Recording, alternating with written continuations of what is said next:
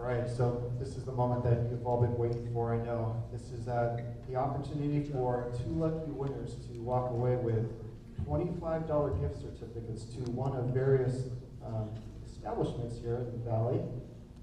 But you have to earn those. So, first question. Who brought a friend, family member, guest, anybody else besides yourself to this meeting? Raise your hand. Do they have to be new? No. Well, I don't know. What do you think? Should it? That's a good question. What's the question? I'd say yes. They should be new people. You agree? Agree, Joe? Yeah. Yeah, let's do new people. Okay, so raise your hand if you brought a new individual with you tonight. Okay, great. Who brought 1? Perfect. Who brought 2? Wait, can you see if anybody's here for Roxy? People's right, so I did bring 2. Okay, you got 2. Who brought 3 people with them? Anybody else come on? 3 people. Wow, Nicole. Wow, is that it? Nobody brought 4? Nicole brought 4? Oh, okay. Nicole brought 3. Well, I think you won, Nicole. All right. I brought 3 cameras. Come on up, pick up your gift card right here on the podium, whichever one you like. Okay, the second opportunity is our constitutional trivia. Who is ready for our constitutional trivia game? Yes? Okay, here we go. Get the thinking caps on. Question number 1. And you just yell these out, no raising your hands. Whoever's first to yell it out and I recognize, or you guys tell me who was first, okay? Question number 1. The first group of amendments to the Constitution are called the... Who? I think it was you. Okay, blue jacket. Can they raise their hands so I could go on? Did you raise your hand there? Okay, great. Okay, we're not going to raise our hands. We're just going to yell it out. We're going to figure out who won. All right, number 2. How many amendments make up the Bill of Rights? Who said 10? Okay, blue jacket.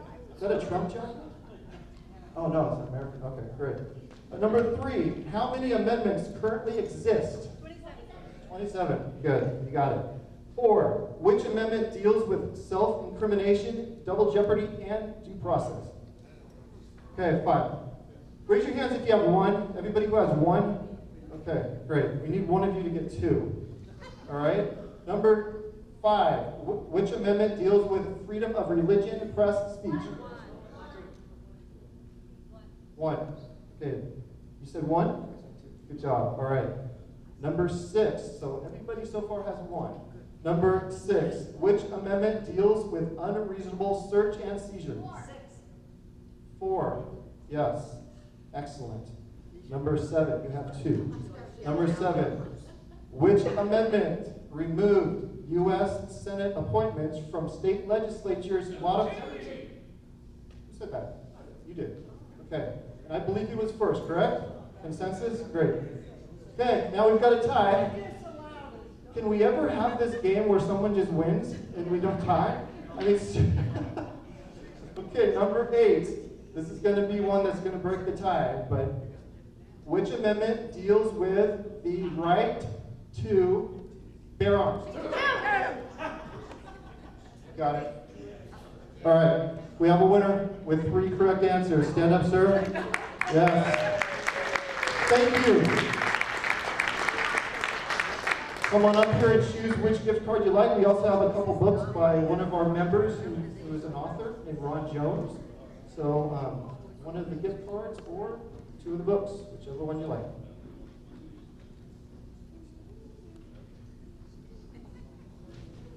All right, so this is the moment that you've all really been waiting for. You know, Shane Krauser. So you're in store for a treat tonight. It's going to be absolutely spectacular. I'm excited for this topic. Raise your hand if you've heard of Shane Krauser. Yes? Anybody not heard of Shane Krauser? No? Okay, well, let's learn a little bit about Shane just for the heck of it. Shane is arguably the most dynamic speaker and educator on liberty and freedom. We all know that. He's been called by many the best instructor of the Constitution in the country. He was a trial attorney for 14 years. He taught constitutional law for over 15 years at 3 different colleges in Arizona. He taught at the Phoenix and Glendale Police Academies for more than 10 years. He's a radio talk show host for 3 years. Toured and shared the stage with Glenn Beck for 18 months. Testified in front of the U.S. Congress and has over 2,000 speaking engagements on liberty around the world people, including Mexico, Peru, and Canada. Let's give it up for Shane Krauser.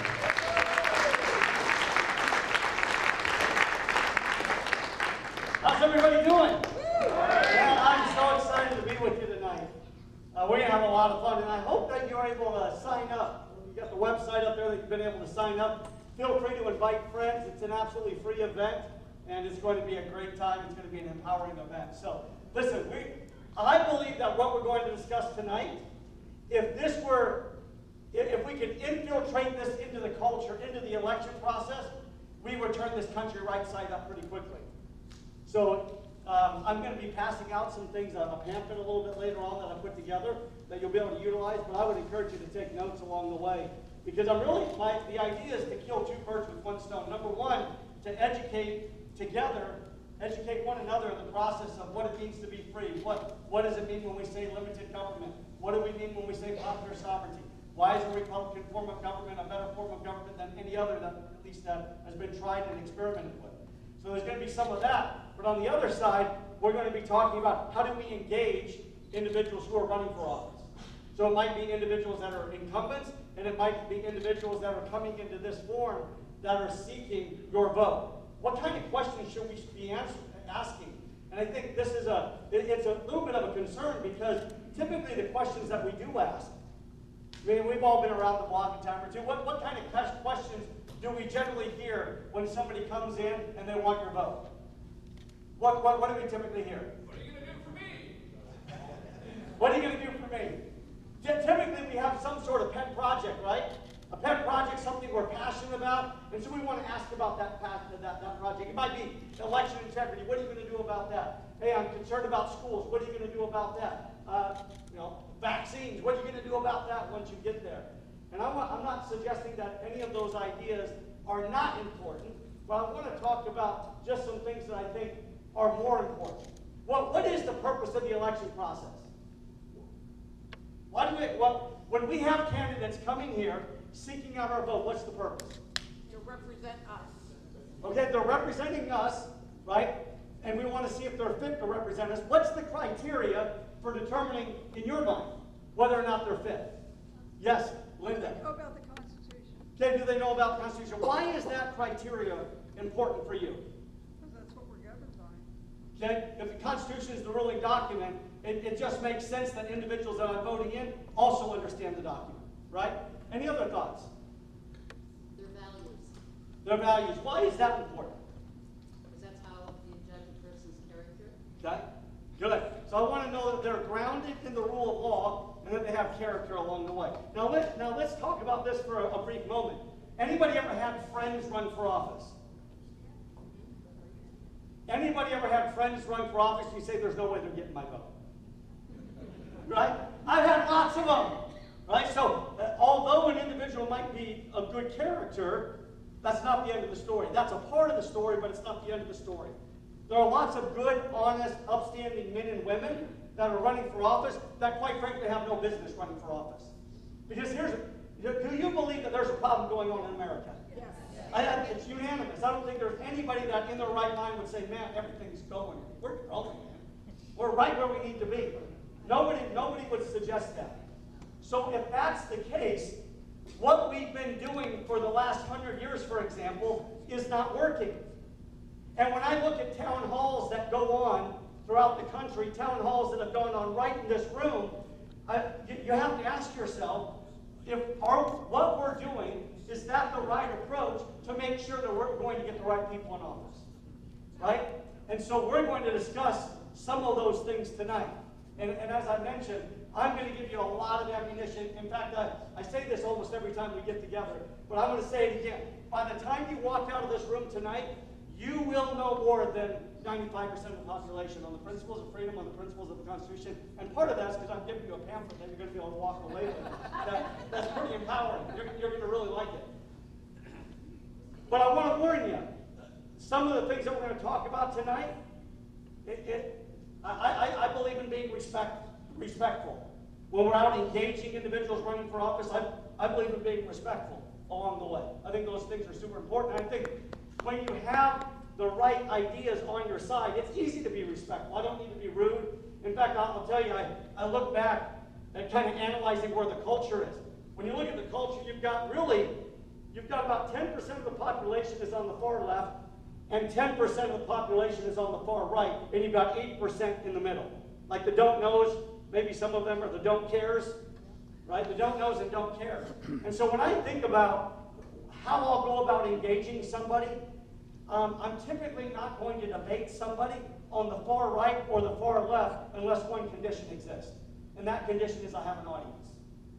Because if I'm in a private conversation with someone that's on the extreme, my time's likely going to be wasted.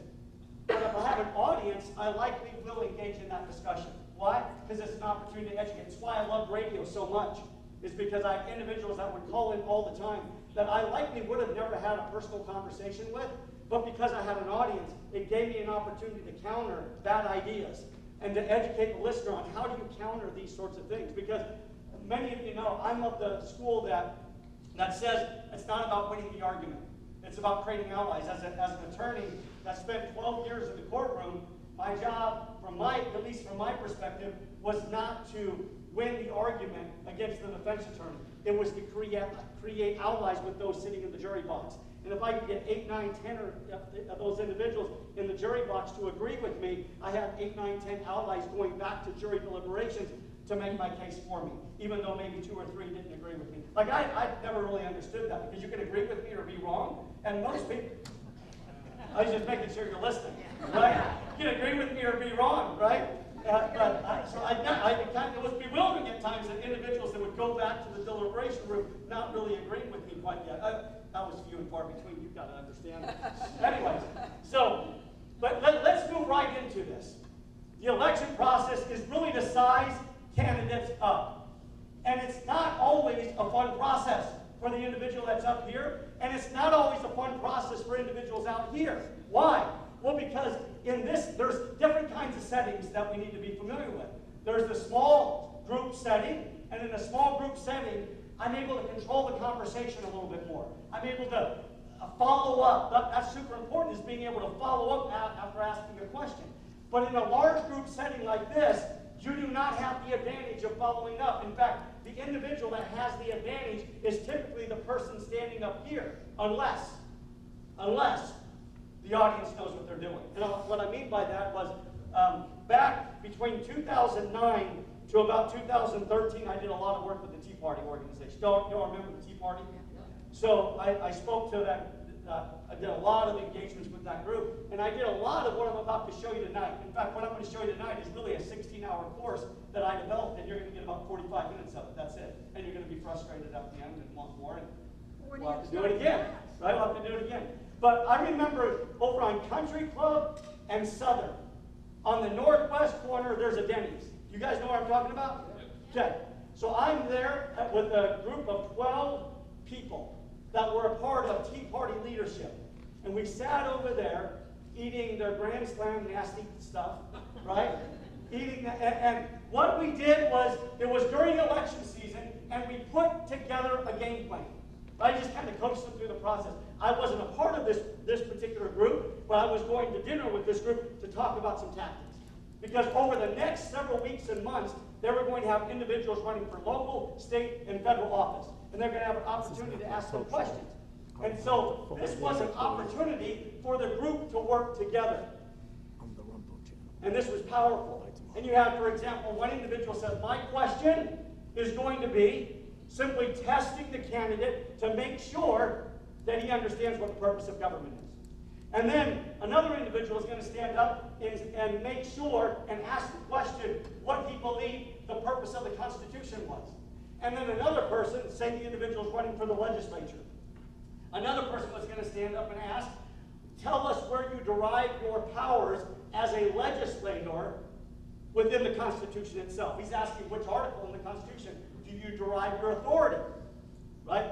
And then you got another person stand up and say, hey, in Article 1, Section 8, it enumerates a number of powers that have been vested in you as a potential congressman. If you get there, they'll be vested in you. There's 18 of them listed. Would you be so kind as to name 3 of the 18?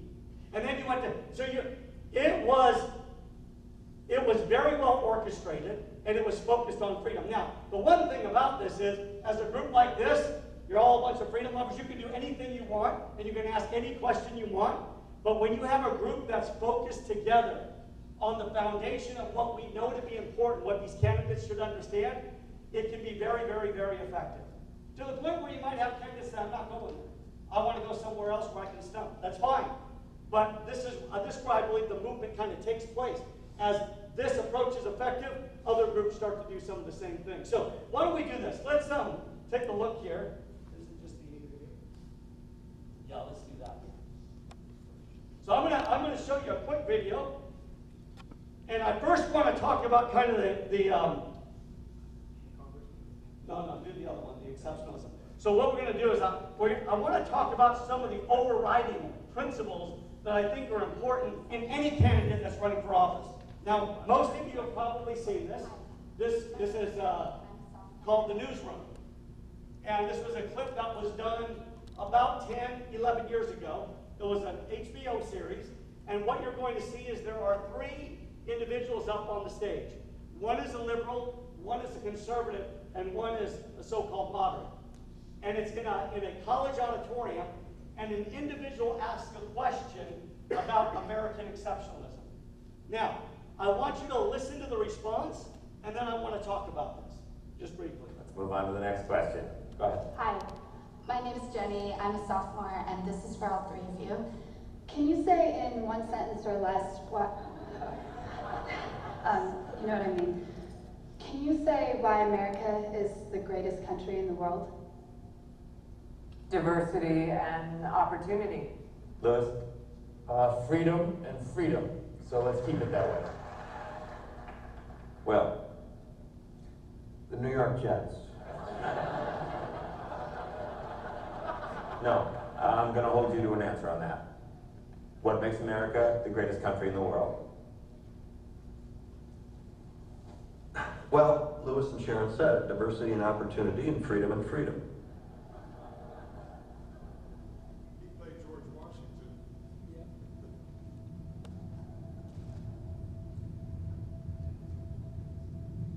I'm not letting you go back to the airport without answering the question.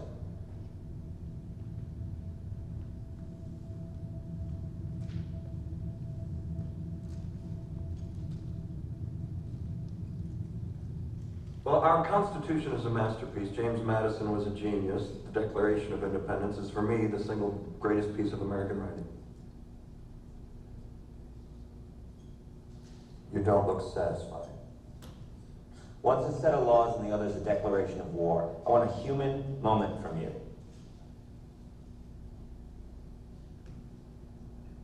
What about the people? Why is It's not the America greatest country in the world, Professor. That's my answer. You're saying Yes. Let's talk about Fine. Sharon, the NEA is a loser. Yeah, it accounts for a penny out of our paycheck, but he gets to hit you with it anytime he wants. It doesn't cost him money. It costs votes. It costs airtime, column inches. You know why people don't like liberals? Because they lose. If liberals are so fucking smart, how come they lose so goddamn always? Hey, and with a straight face, you're gonna tell students that America is so star-spangled awesome that we're the only ones in the world who have freedom? Canada has freedom. Japan has freedom. The UK, France, Italy, Germany, Spain, Australia, Belgium have freedom. So 207 sovereign states in the world, like 180 of them have freedom. All right. And yeah, you, sorority girl, just in case you accidentally wander into a voting booth one day, there's some things you should know. One of them is, there is absolutely no evidence to support the statement that we're the greatest country in the world. We're 7th in literacy, 27th in math, 22nd in science, 49th in life expectancy, 178th in infant mortality, 3rd in median household income, number 4 in labor force, and number 4 in exports. We lead the world in only 3 categories: number of incarcerated citizens per capita, number of adults who believe angels are real, and defense spending, where we spend more than the next 26 countries combined, 25 of whom are allies. Now, none of this is the fault of a 20-year-old. All right. Thoughts on this? None of those countries have freedoms anymore. None of those countries have freedoms anymore. What are your thoughts on this? Listen, the first time I saw this was it was blasted all over the internet. I saw it in the Republican Party. They have a newsletter that went out, and they posted it up there. And I was teaching in college at the time. And so taking that and bringing that into the college classroom, And it was a big discussion for a long, long time. And so what are your thoughts on this? Is he right? Is he wrong? But he's discussing. He's wrong. People are uncomfortable to talk about. He's wrong. Jeff, why do you say that? Because, Because Robbie says he's right. no, he's not. We have so much preceded the world. We are number one in Republic. We are number one in liberty, not just about freedom. It's the liberty, and that's why. That's why we practice 7 of the 10 planks of the Communist Manifesto in this country that promotes freedom. And we don't even follow our federal constitution. That's why we're number one. Any other thoughts on this? Yes? I think when he was citing all of the places where America was fitting in the world, he was expressing the idea he doesn't know really what greatness is. What? Yeah, talk about that. Well, because greatness is what the country does as a collective, as a whole. And when we go into a country like we went into Germany, we went into Poland, we went into these countries, France, after World War II, and we repaired them. We rebuilt them. We rebuilt South Korea. We rebuilt Japan. That's a sign of greatness that doesn't exist in other countries in the world. So where does that, from your perspective, where does that come from? It comes from the greatness of the people, the willingness of the people to do things that they don't have to do, but they really want to do because of their own personal greatness. Any other thoughts? James. Yes? This is the greatest country in the world because I grew up in a lower middle class family, rode a bus to high school, went to work, became a school teacher, quit after 1 year, and went to work for myself. I retired at 55, put all my kids, 7 of them, through college, provided each one a car when they left the house. I could not do that in Canada. I could not do that in France. And you can't do it in England because it's a class society, and they would have never permitted me to do that. In the United States, we have an opportunity to succeed because I choose to. Well said. Well said. Nicole.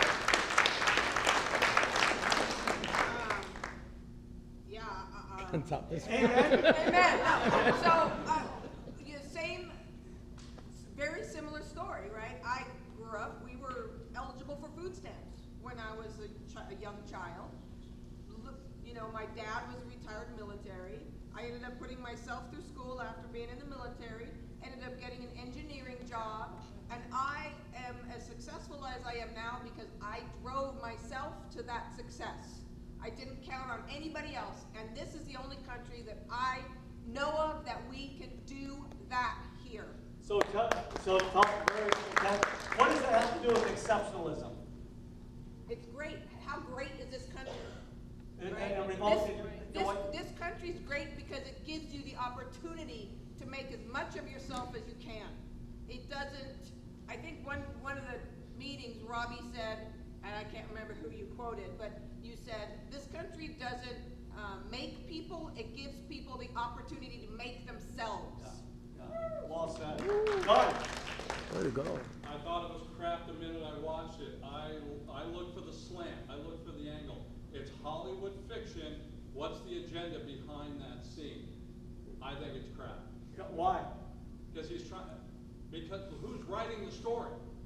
The fiction's coming, Aaron Sorkin, correct?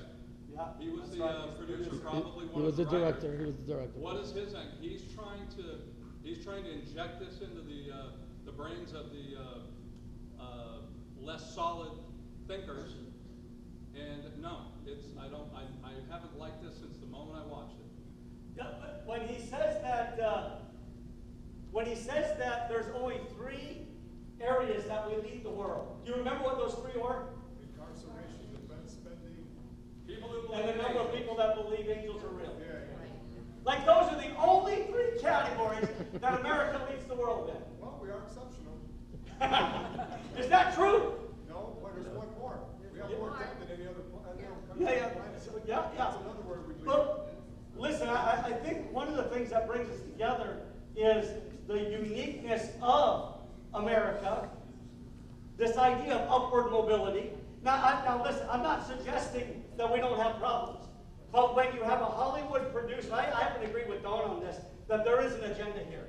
that Aaron Sorkin's not like your full-blown, I love liberty, James Madison, Thomas Jefferson, we're going to the hills. Like, that's not who Aaron Sorkin is. Can we just be clear on this? That's not who he is. There is a narrative. This isn't just for entertainment purposes. And I believe when you look at the side that's communicated their message very, very well, it's the other side. The left has communicated their message very, very well. And here they are occupying the airwaves.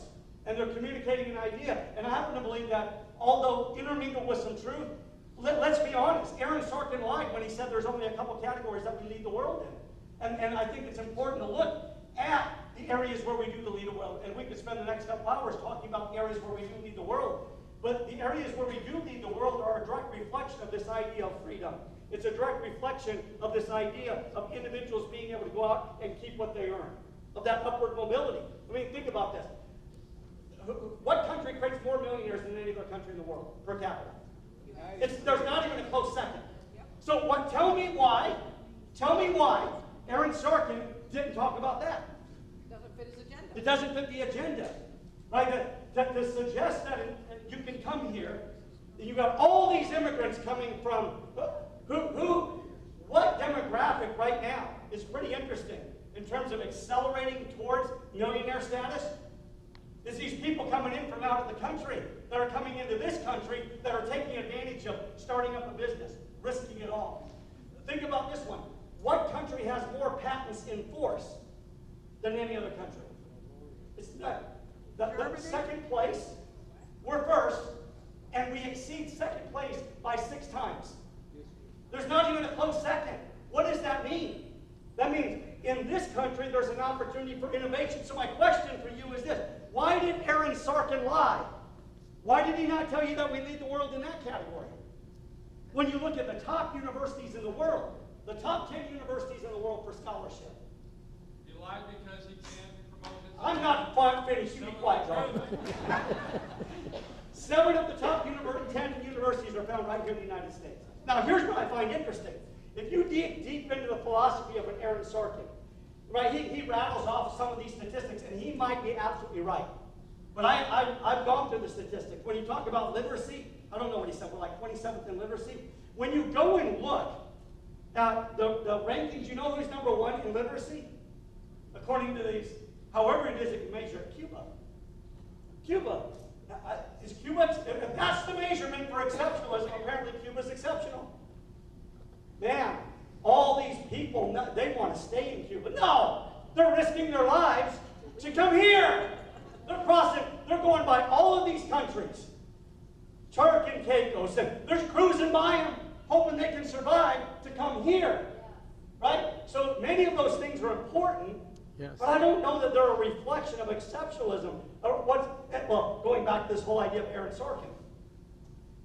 I despise the idea that government should be involved in education. Yes. Yes. But when education doesn't produce the results that we're looking for, we hammer on America. That's exactly what went on. We want government involved, but look at the results being produced. Like, this don't make no mistake about it. It's a part of the narrative. Part of the narrative going on. And there's many other things we can talk about where America leads the world. Now, why do I bring this up when we're talking about this idea of questioning candidates? Because I think it's important. Now, most of the candidates that we have coming here are going to, I think they're going to concede, they're going to acknowledge that America is unique. They may not use the word exceptional, but it's certainly unique in that regard. And I think that's important that you have individuals who are going to go back to D.C. and, we're going to go to the next video. Go back to D.C. and defend this idea while being attacked. So let's go. I want to move into the questioning. And I've got this pamphlet I'm going to share with you here in just a moment. But I want to move into questioning. And I want to show you what this looks like. This right here that you're going to see is Lobiando. Lobiando is out of New Jersey. And he's in a public forum, and a young man is going to ask him some questions. Pay attention to the questions. Powerful. Notice he's not asking about any particular pet project. He's testing his knowledge on the principles of freedom in the Constitution.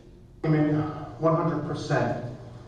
As a representative, you took an oath to uphold, protect, and defend against all enemies, foreign and domestic. Yes? If you'd be so kind as to explain to everyone in this room, Article 1, Section 1 of the Constitution. Article 1, Section 1 is the right to free speech. No, that is the First Amendment. Article 1, Section 1, and for a man that took an oath to uphold, protect, and defend it, you really need to understand it. All legislative power shall be vested in Congress, the House of Representatives, and the United States Senate. The legislative power, the laws, come from these two houses. There shall be no more activist judges. No more. It is specifically spelled out in the Constitution that all legislative power shall be vested in these two houses. My second point is the First Amendment. You mentioned free speech. The First Amendment guarantees all of us 5 rights. Would you be so kind as to tell us the 5 rights? You can articulate that. Those are the right to religion, to exercise or to not exercise it. I thought you were doing the words of the amendment.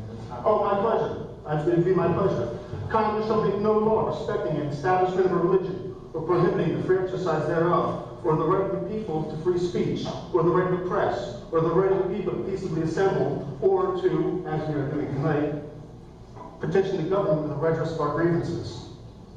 Every politician needs to know that Constitution inside and out. That was Robbie. Hey, so hold on. It wasn't Robbie. Oh, you guys are like, you're looking at it and you're looking at it. Not Robbie. No. Right? But what do we do with this guy? So they question him. They're testing his knowledge. What do they do with him? They elected him. This guy went to D.C. Oh yeah, not the questioner. Lobiando, well, the guy who says Article 1, Section 1, that means free speech. And he says, no, that's actually the First Amendment. And then he challenges him and says, hey, tell us about the 5 protections outlined in the First Amendment. Now, I want to be clear on something. I don't think there's any expectation that people have the Constitution memorized. I don't have the document memorized. But just to have a general working knowledge of it, and I love the first question that he asked there about Article 1, Section 1. In fact, if you've got your Constitution, take a look at that. And if you want to look it up on your phone, just type in Article 1, Section 1. And let me just show you why this is such a powerful, powerful question. So Article 1, Section 1 says all legislative powers herein granted are vested in who? Congress. And who makes up Congress? The House and the Senate. Now, why is that an important question? Because they're the only ones making the laws. They're the only. So the word vested is really important. When you vest something in another human being, that individual cannot give what's been vested in him away. Yet how many bureaucracies do we have in Washington, D.C. today? Several thousand. Several thousand. So we're testing his knowledge on this, but what would be a good follow-up question in this regard? A good follow-up question would be, in light of the thousands of bureaucracies that exist in Washington, D.C., and recognizing how it is, your power that's been delineated within Article 1, Section 1, what will you do to counter the bureaucracies that exist unconstitutionally? What will you do? So now it no longer becomes a game of, man, I'm going to tell you all the laws I'm going to pass, and let me tell you about my kids, and let me do all this. You're forcing the issue. You're forcing the issue for him to talk about using the Constitution as his guide. How will you resolve this issue? If you believe in Article 1, Section 1, that all legislative powers are vested, and you're going to take an oath to Article 1, Section 1, among all the other provisions, what will you do? What will you do? Are you going to go to D.C. for the next 2 or 6 years, depending on whether you're in the House or the Senate, and just let things be? Or is there going to be a fight? Let me give you another example along these lines that's very powerful. Let's just pick any of your pet projects. Social Security. This always makes some of the folks in the audience that are on Social Security a little bit mad. But just because I might be impacted to a degree by Social Security doesn't mean that I can't ask the question and test knowledge. So think about this. If I were asking a question, for example, on Social Security, it might go something like this. You're running for one of the most powerful offices in the country. And I want to know whether or not you believe that the Social Security program is constitutional or not. If you believe that it's constitutional, would you please tell us where in the Constitution Congress is vested with the power to create such a program? If you say that it is unconstitutional, will you tell us what you will do using the Constitution as your guide to dismantle the program when you go to DC? You see what just happened? He has to answer the question. And this isn't a gotcha. Like, I'm not about gotcha questions. This is testing a person's knowledge on what he's going to do about programs that he either believes are constitutional or unconstitutional. On the one hand, if he believes, yeah, Social Security is a good program, awesome. Tell me where you have the authority. Where's the authority for such a program? And he says, no, I think it's not a legitimate program. What are you going to do? And we could go, you could take any of your projects that you're passionate about. Education. The Department of Education. Ask them what they're going to do about that. So the question would sound something like this. You're going to Washington, D.C., and as a member of the legislative branch, I want to know whether or not you believe the Department of Education is constitutional. If your answer is yes, that it's constitutional, please tell us where in the Constitution the authority is granted to establish such a program. If you agree that it's unconstitutional, tell us specifically what you will do once you get to D.C. Take income tax, right? The IRS, take IRS. Is it constitutional or not? What will you do? Guys, we're forcing them to play on a different playing field. When for decades what we've been doing in the United States is letting people come in, telling us about their background, telling us about their jobs, which I think are important to a degree. But man, I'm not interested in knowing all the laws you're going to pass. I'm not interested. Is anybody interested in all the laws that are going to be passed? Like, that's the problem. As laws are passed, liberty recedes. There's very few examples that you can show where a law was passed and liberty grew along with it. I'm not interested in folks that are coming in to tell us, well, I'm going to pass this law, I'm going to do. Heck no. How about tell us all of the laws that you're going to focus on repealing once you get to D.C.? Tell us what you're going to do once you get there. Are you following me here, guys? Guys, if we learn to play this game, it's not a game, but if we learn to engage in this tactic, what's that? It's a game, yeah. But this is powerful stuff. So, okay, let's go ahead and pass these out. So I want to pass them. I kind of wanted to hold up a little bit before we pass them out, because you're going to jump right in and start reading. Even if I ask you not to read, you're going to jump in and read it, right? So let me give you some other examples. Asking the simple question of the purpose of government. What is the purpose of government? Protect the people's rights. Where do we find that idea? In the Declaration of Independence. Remember, the Declaration is the foundation to the Constitution that would ultimately come. And the Declaration of Independence tells us what the philosophy... Don't read yet. I'm watching. Do not read. I will throw this. No, I won't. For the camera, We're going to be right back. Go back to the third Right, so, video. We'll see you real soon. understand, MAAP Real Talk Show. The Declaration is We'll the be right foundation. back. It's the promise.